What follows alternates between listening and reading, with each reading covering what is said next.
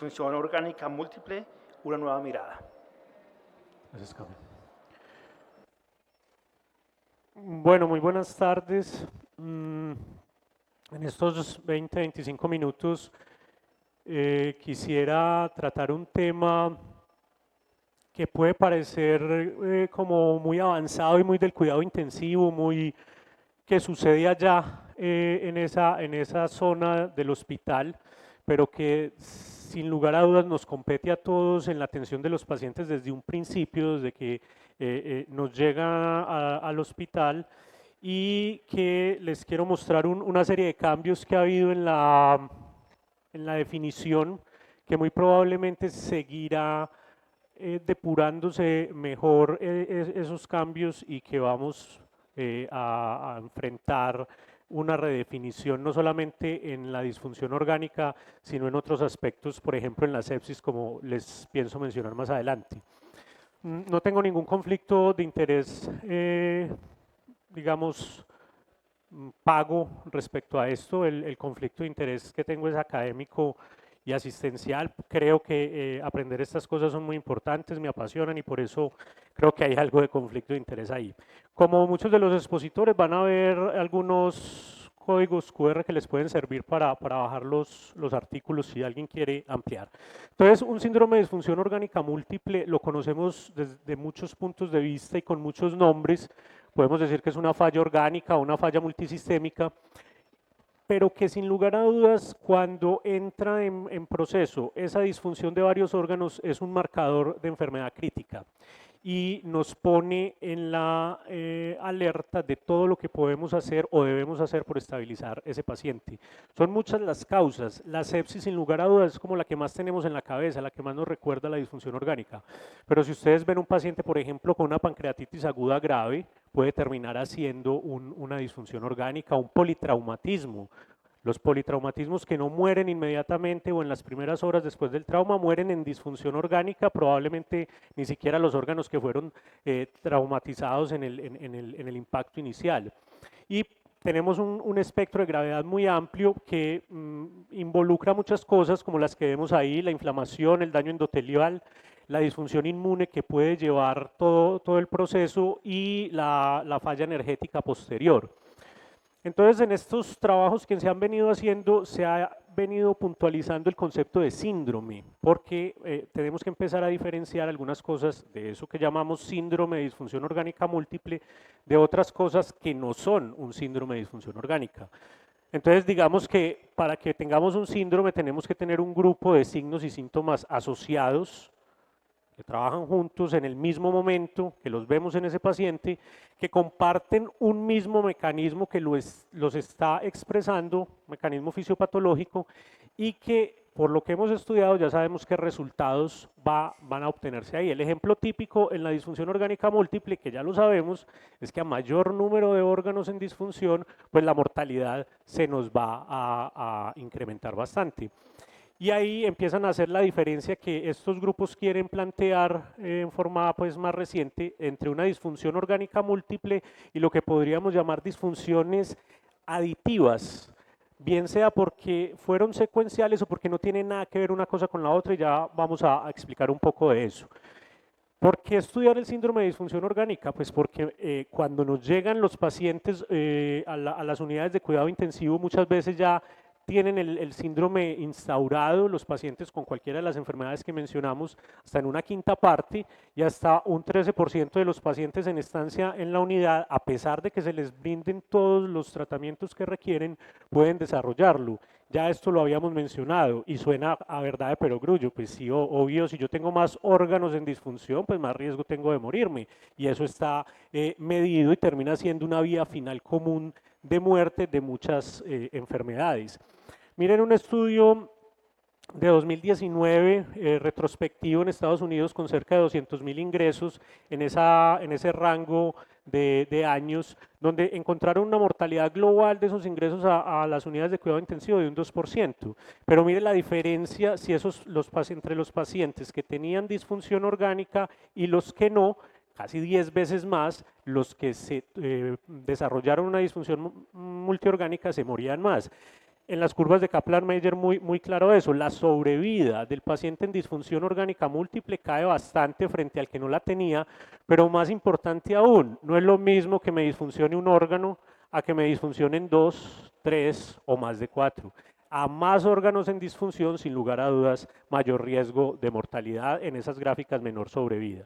Y pues obviamente me interesa saber esto para tratar las consecuencias de la disfunción y impedir que progresen o disminuir el impacto de cuando se instauran otras insuficiencias y así poder disminuir la mortalidad. Esta gráfica es extractada de un artículo que se centraba en infección viral, pero este mismo golpe que vemos acá, no está señalando acá en amarillo, es la infección viral en este caso, pero podríamos imaginarnos una infección bacteriana, una pancreatitis, un politrauma.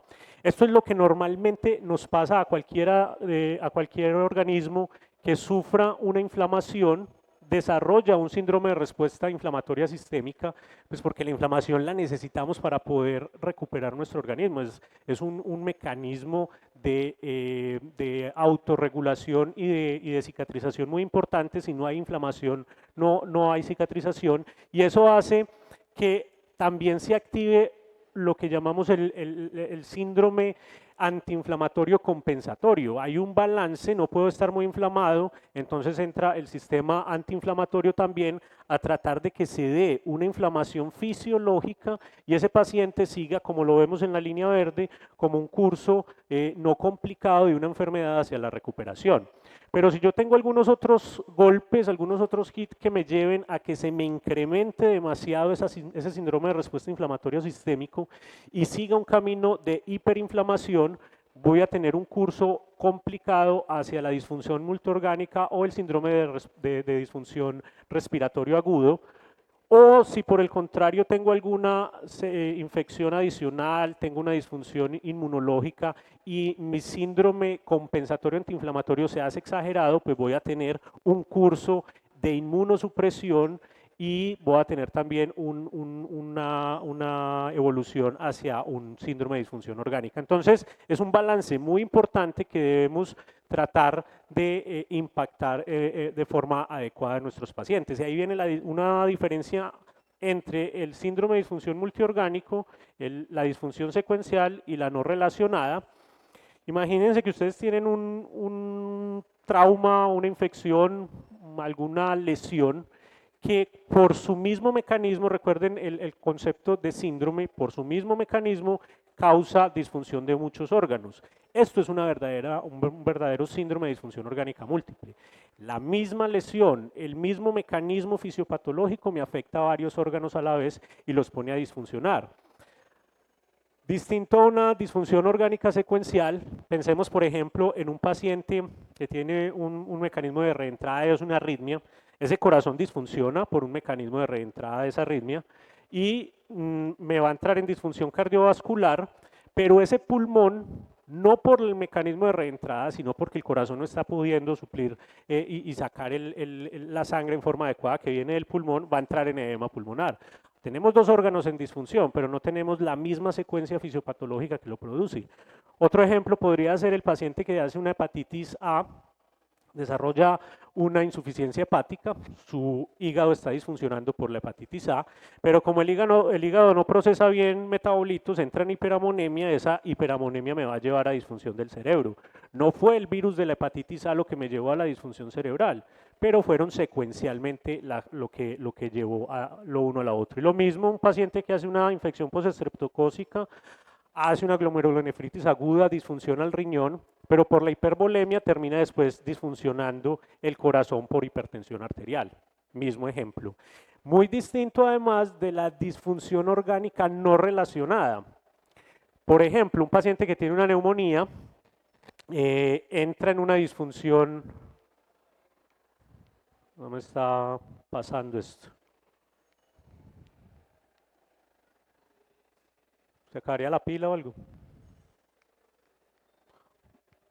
Ese paciente con una disfunción, una neumonía hace una disfunción respiratoria y usted le empieza un tratamiento antibiótico y desafortunadamente con ese antibiótico hace una necrosis tubular aguda y entra en disfunción el riñón. Mire que no fue ni siquiera secuencial, no fue que la neumonía llevara a que disfuncionara el riñón, sino que dos problemas se juntan en ese momento distintos y causan disfunciones que no son relacionadas.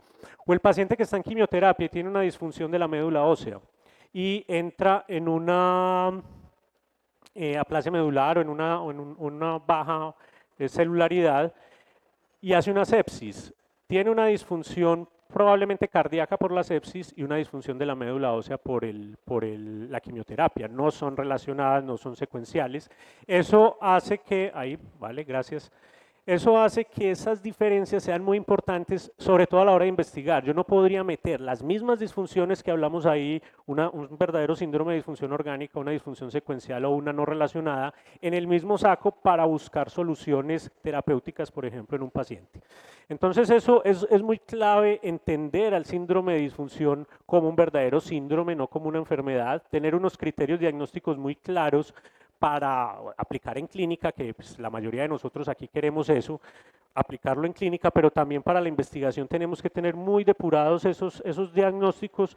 Miren, en cuidado intensivo usamos muchas escalas, muchos score, y muchos de ellos no están o no miran la disfunción orgánica, como varios de los que ven ahí. Otros sí, pero van con una aplicabilidad más hacia adultos o la medicina de adultos y los típicos criterios del consenso de diagnóstico de sepsis pediátrica, lo que llamamos los criterios de Goldstein en sepsis, pues ya son muy viejos y fueron definiciones arbitrarias. Probablemente ahí vamos a empezar a ver unas redefiniciones de la sepsis. Estamos en un momento muy coyuntural en sepsis pediátrica porque vamos a ver cambios en definiciones. En 2, 3 años estarán saliendo unas nuevas definiciones estructuradas en un marco un poco más global, alejados de la medicina de adultos con definiciones propias, en fin, y eso mismo está pasando con el síndrome de disfunción orgánica. Y es que todos estos scores se diseñaron para cosas distintas. Uno quiere medir eso en las unidades de cuidado intensivo para saber algo de mortalidad,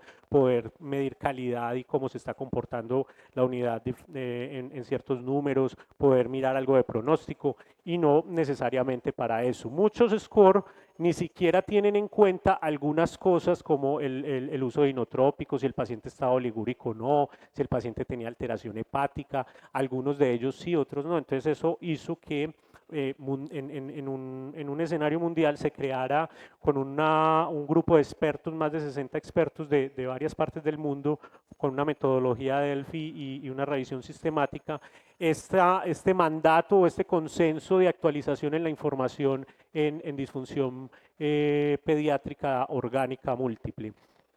Que básicamente va a pasar esto pues como muy rápido, es cada uno de los posibles disfunciones que podemos tener. En la disfunción neurológica, sin lugar a dudas, la escala de Glasgow, saber si el paciente tiene o no delirium a través de la escala de Cornell de delirium y las convulsiones nos daría cada uno de los criterios que podemos ir aplicando ahí. Ojo, criterios lo que el acróstico se los mostraba acá de Podium, ese acróstico y van a empezar a escuchar hablar mucho de disfunción basado en Podium, pues es una propuesta más, no quiere decir que sea la mejor, es la más actual y es la que más ha revisado ciertos criterios en algunos contextos muy claros. Pero entonces en cuidado intensivo nos empieza a poner problema esto, el paciente que está bajo sedación, ¿cómo vamos a evaluar muchas de esas cosas? Pues la sedación va a alterar el electro, la escala de coma de Glasgow no la va a poder evaluar bien, en fin. Criterios cardiovasculares, y ya Otto nos habló algo de esto, miren cómo para definir una disfunción orgánica, pues el solo hecho de tener una parada cardiorrespiratoria, haber tenido que entrar en ECMO o tener alteración en la frecuencia cardíaca, 2 desviaciones estándar arriba de lo dependiente para la edad o 2 desviaciones abajo de presión arterial sistólica para la edad, o el score de inotrópicos, que nos lo mencionó Otto, muy importante, no es lo mismo el paciente que lo tenemos con cifras de presión buenas, pero con un inotrópico al que lo tenemos con 3 inotrópicos, ¿cierto? O con 3 vasoactivos, eso no puede ser lo mismo. El score de inotrópico nos ayuda a saber esto. Por ahora el valor es muy sensible, digamos, es un valor muy bajito, entonces muchos entrarían ahí. Ver el lactato sérico, si es mayor de 3 o si es mayor de 5 ya es grave. Y troponina, saturación venosa, fracción de eyección, completamente de acuerdo con Otto en la necesidad de empezar a introducir la ecografía de pie de cama en todos los escenarios y ahí les puede ayudar a ver mucho eso. Pero no es solamente los que vemos ahí, sino que hay algunos prometedores y el llenado capilar no demora en entrar como disfunción cardiovascular, es fácil de utilizar, reproducible, lo tenemos todos a pie de cama en el paciente, no necesita mayor entrenamiento. Los sistemas de alerta temprana de los que nos han hablado también acá, la depuración del lactato, péptido natriurético cerebral, en fin, otros marcadores que vienen por ahí en camino. De la disfunción respiratoria no se inventó nada nuevo en este consenso, simplemente se importó lo que ya conocemos de la conferencia de consenso de injuria pulmonar aguda del PALIC de 2015, que pues hace poco tuvo una actualización, entonces esto ya tendría ahí algunas cosas para mejorar también. En paciente que no está, digamos, como bajo ventilación invasiva, usando PAFI o SAFI, y en el paciente que está pues en ventilación invasiva usando índices de oxigenación o índice de saturación para determinar muy bien que el paciente está en esa disfunción.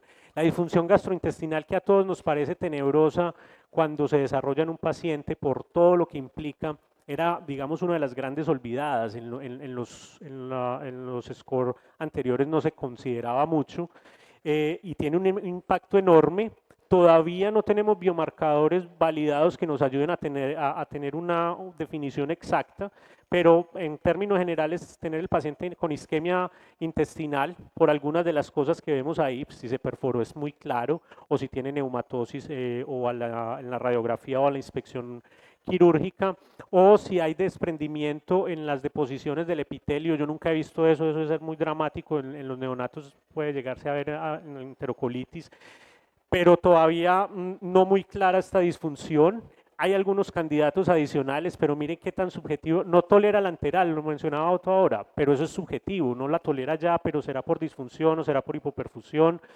Está obstruido, está sangrando, tiene hipertensión intraabdominal. Todas estas cosas muy probablemente las vamos a ir incorporando en revisiones posteriores de estos scores. En la hepática, pues se tomó lo que ya tenemos del grupo de disfunción hepática pediátrica de falla hepática, teniendo en cuenta las transaminasas, las enzimas, las bilirrubinas, el INR, dependiendo de si tiene o no encefalopatía, y teniendo muy clara la definición de encefalopatía de acuerdo a la edad, y esto es, vuelvo y les digo, exportado, importado más bien de una definición muy clara del grupo de disfunción hepática, y en mayores de 3 años cuáles serían los marcadores a tener en cuenta.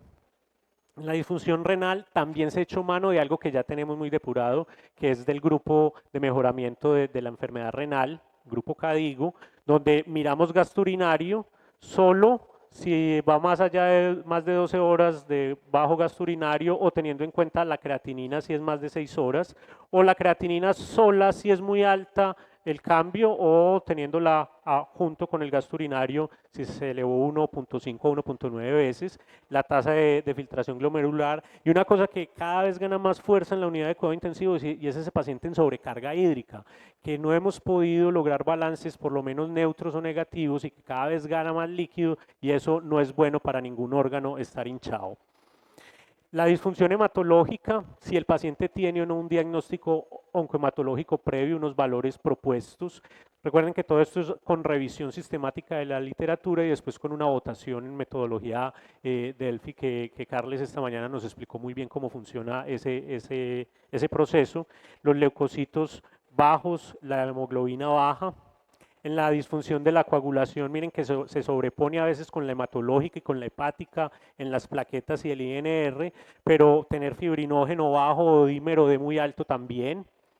La disfunción endocrina, que sentimos que juega un papel muy importante en toda la fisiopatología del paciente, pero que no sabemos muy bien cuál es la magnitud.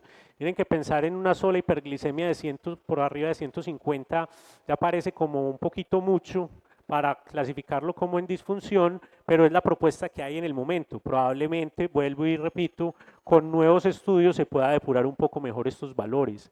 T4 baja, cortisol que no sube a pesar de un estímulo con ACTH. La inmunoparálisis, que es desastrosa cuando se instaura en un paciente en sepsis, por ejemplo, y que pues con la medición de neutrófilos, linfocitos o linfocitos específicos CD4 o más allá con monocitos, la expresión de HLA-DR menor del 30% en esos monocitos, pues son estudios muy específicos que probablemente no tengamos acceso en todos los sitios, pero pues medición de linfocitos y neutrófilos probablemente sí. Y una cosa que creemos es por donde se vaya a ir en el futuro el estudio y es la disfunción endotelial, es el órgano que llamamos del cuidado intensivo donde si el endotelio no va bien, el paciente no va bien en muchas de sus cosas.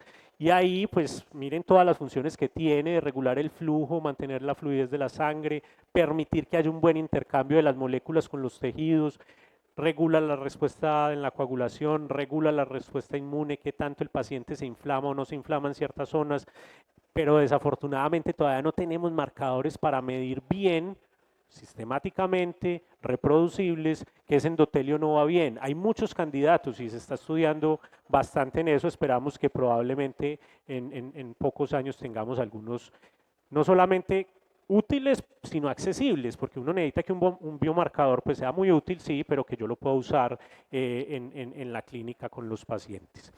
Una vez sacaron todos estos grupos de disfunciones, pues se dieron a la tarea en una base de datos de 2 unidades de cuidado intensivo en Norteamérica, mirar y comparar cómo se manejaban frente a discriminar mortalidad tanto el podium con los criterios de la conferencia de consenso que llamamos de Goldstein.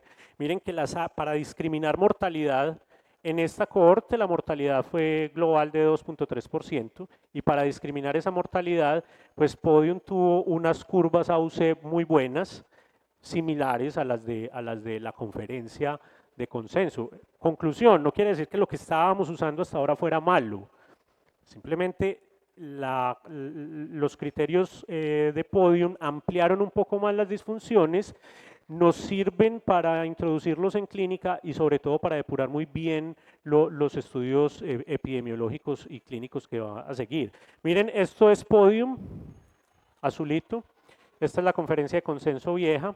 Miren cómo a partir de 4 órganos en disfunción se eleva mucho la mortalidad en Podium. En la conferencia de consenso era a partir de 3, pero es muy claro un corte a partir del cual la mortalidad, que son las barras negras que ven ahí, las barras coloreadas son el número de pacientes que encontraron en cada cohorte, la mortalidad se eleva bastante. Conclusión, estar en disfunción no es bueno, en disfunción orgánica no es bueno, y a mayor número de órganos en disfunción peor. La invitación es a medir esa disfunción desde que el paciente llega. Si usted prevé que ese paciente va a ir a una o puede ir a una disfunción orgánica, pues empieza a estudiar los marcadores probables de todos esos órganos que vimos ahí. Pues no quiere decir que a todos hay que pedirles todo eso, pero sí estar pendiente de la posibilidad de que la haga y saber que si esa disfunción se instaura, pues probablemente los riesgos de mortalidad sean mayores. Estamos pues viviendo un cambio de paradigma, no solamente en la disfunción orgánica, en la sepsis, como les decía también. Vamos probablemente en 2-3 años a cambiar completamente la clasificación de la sepsis pediátrica como la conocemos y vamos a tener estudios epidemiológicos grandes que nos permitan redefinirla para nosotros mismos. Recuerde que muchas cosas en la medicina pediátrica desafortunadamente nos ha tocado irla importando de la medicina de adultos.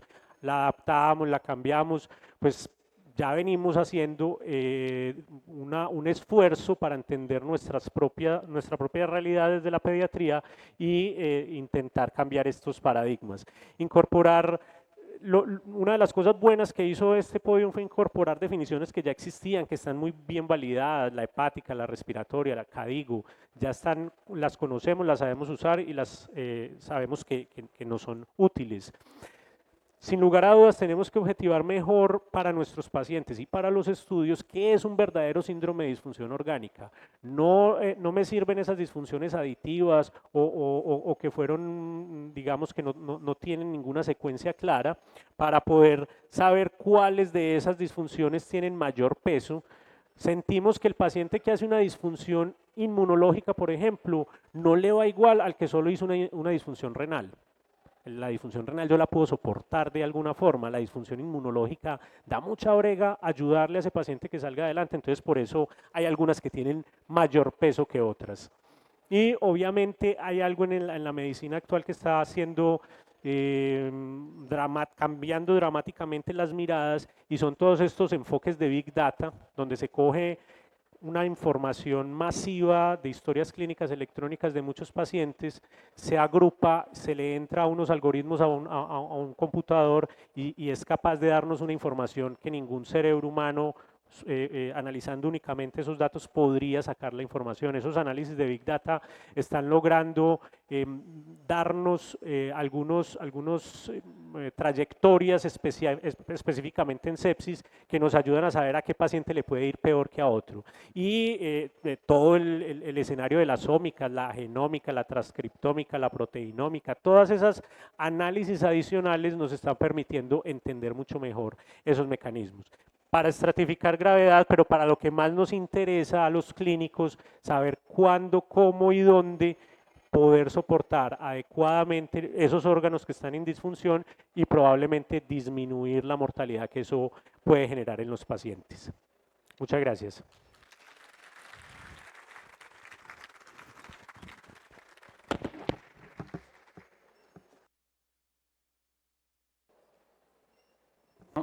Vamos a pasar entonces ahora a la sesión de preguntas. Si tienen las preguntas o si quieren hacer alguna pregunta específica, solo levantan la mano, llevamos un micrófono hasta el puesto o nos entregan las preguntas al personal de apoyo.